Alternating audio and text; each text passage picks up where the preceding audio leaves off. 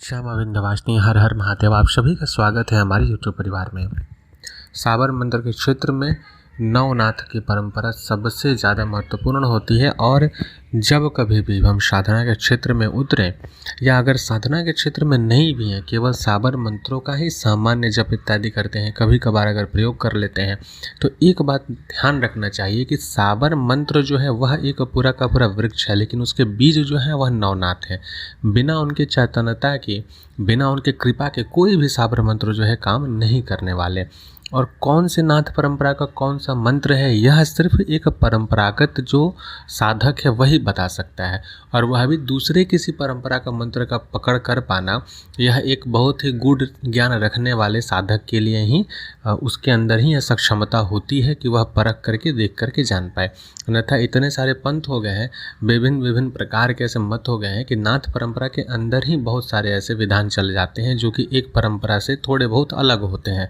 तो एक मंत्र होते हुए भी कुछ कुछ अक्षर का उलट फेर के चलते पर गुरु परंपरा का भी भेद हो जाता है। हालांकि हर गुरु परंपरा का अपना महत्व है और सबका अपना अपना विशिष्ट प्रभाव अवश्य है। तो चूंकि एक सामान्य सरल साधक जो कि नया है या जिसको नाथ परंपरा का पूरा जानकारी नहीं है, तो ऐसे समय में जब वो किसी भी कार्य के लिए साबर मंत्र का प्रयोग कर रहा हो, सामान्य सरल प्रयोग कर रहा हो, जैसे कि विवाह हेतु किसी साबर मंत्र का प्रयोग कर रहा है, जैसे कि कोई लक्ष्मी जी की प्राप्ति हेतु, कर्ज की मुक्ति हेतु कोई साबर मंत्र का जप आप प्रयोग कर रहा हो, तो ऐसी स्थिति में परंपरा का ज्ञान नहीं होने के कारण में उनको पूरी तरीके से उस मंत्र का प्रभाव नहीं मिल पाता है, जो कि बेसिक है। हमें यह जानकारी होनी चाहिए कि वह मंत्र जो है, जो जिस भी परंपरा से, नवनाथ की जिस भी परंपरा से आ रही हो, उनका भी पूजन, उनका स्मरण इत्यादि हो। तो इसका निराकरण करने के लिए हमको क्या करना चाहिए, इस विषय को लेकर के आज आपके समक्ष वीडियो में रख रहा हूँ। कृपया यह जानकारी हर उस व्यक्ति तक पहुँचाएं जो व्यक्ति नाथ परंपरा में या साबर मंत्र की साधना कर रहे हैं।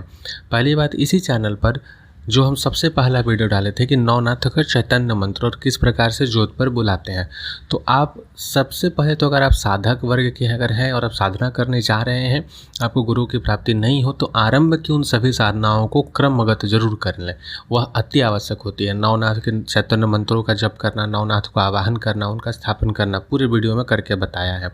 वह वीडियो है, उसके बाद उसका ही एक दूसरा वीडियो भी है, नवनाथ का कलश स्थापना कैसे होता है, सामान्य सरल रूप से, बहुत सरल विधान है, वह करके लाइव बताया है। आप उसे देखिए, उसे कीजिए। गुरु गोरख साबरी है, उसे करिए। आरंभ की इन साधनाओं को करने के बाद फिर आसन बंधन, दिशा बंधन, शरीर बंधन इत्यादि के जो मंत्र के अलग अलग विधान है, कवच इत्यादि के जो है, उन सभी को कीजिए। यह सब चीज़ आवश्यक है। इस चैनल पे जितने भी वीडियो दिए गए हैं साबर से संबंधित, हर एक साधक के लिए वह सभी की सभी साधना जरूरी होती है, अगर आप खास करके इसका प्रयोग करते हैं तो। अगर आप किसी अन्य व्यक्ति के लिए जन कल्याण के हेतु ही अगर आप प्रयोग कर रहे हैं, तो इन सभी मंत्रों को क्रमगत तरीके से सिद्ध जरूर करते रहना चाहिए। बिना गुरु को कर रहे हैं तब तो आपके लिए आवश्यक हो जाता है कि आप आरंभिक साधनाओं को जरूर करें, सुरक्षा की दृष्टि से वह आवश्यक है। तो अब जब आपको यह पता नहीं है कि यह जो है मंत्र किस गुरु परंपरा का है, तो ऐसी स्थिति में हम नवनाथों का ध्यान करते हैं। उनके ध्यान से क्या है कि वह जिस भी नाथ परंपरा का मंत्र होगा, उस नाथ की कृपा स्वतः आपको प्राप्त होगी, चूँकि आप उनका स्मरण कर रहे हैं, उनका ध्यान कर रहे हैं, और फिर वह मंत्र जो है जितना प्रभाव देना चाहिए उस सीमा तक वो अपने प्रभाव को जरूर आपको देगी।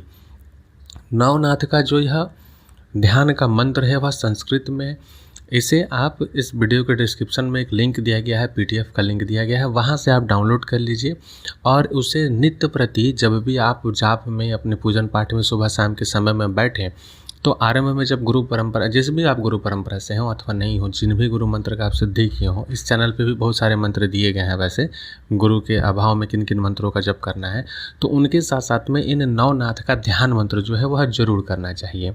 ध्यान मंत्र जो है वह अति आवश्यक हो जाता है। जब आप नवनाथों का ध्यान करने के पश्चात फिर आगे चलते हैं किसी साबर के मंत्रों का जप करने, तब वह पूरा फल जो है आपको सही तरीके से प्राप्त होता है। तो इस मंत्र को कंठस्थ करके रखें।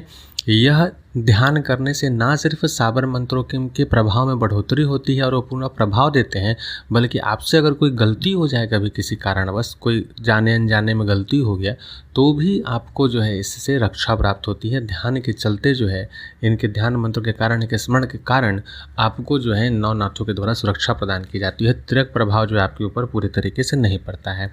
तो कृपया करके इस मंत्र को आप कंठस्थ कर लें। जीवन के हर क्षेत्र में नवनाथ का यह ध्यान मंत्र काम करेगा। जब भी आपको गुरु के स्थान में ध्यान करना हो, गुरु का ध्यान करना हो, नवनाथों का ध्यान करें। इस मंत्र से स्मरण करके आप कार्य में लग जाएं। इनकी कृपा से अवश्य हर कार्य पूर्ण होंगे। तो आशा करते हैं कि आज का यह जानकारी आपको उपयुक्त और सही लगा होगा, सटीक लगा होगा। आपके साधना के क्षेत्र में यह एक मील का पत्थर साबित होगा।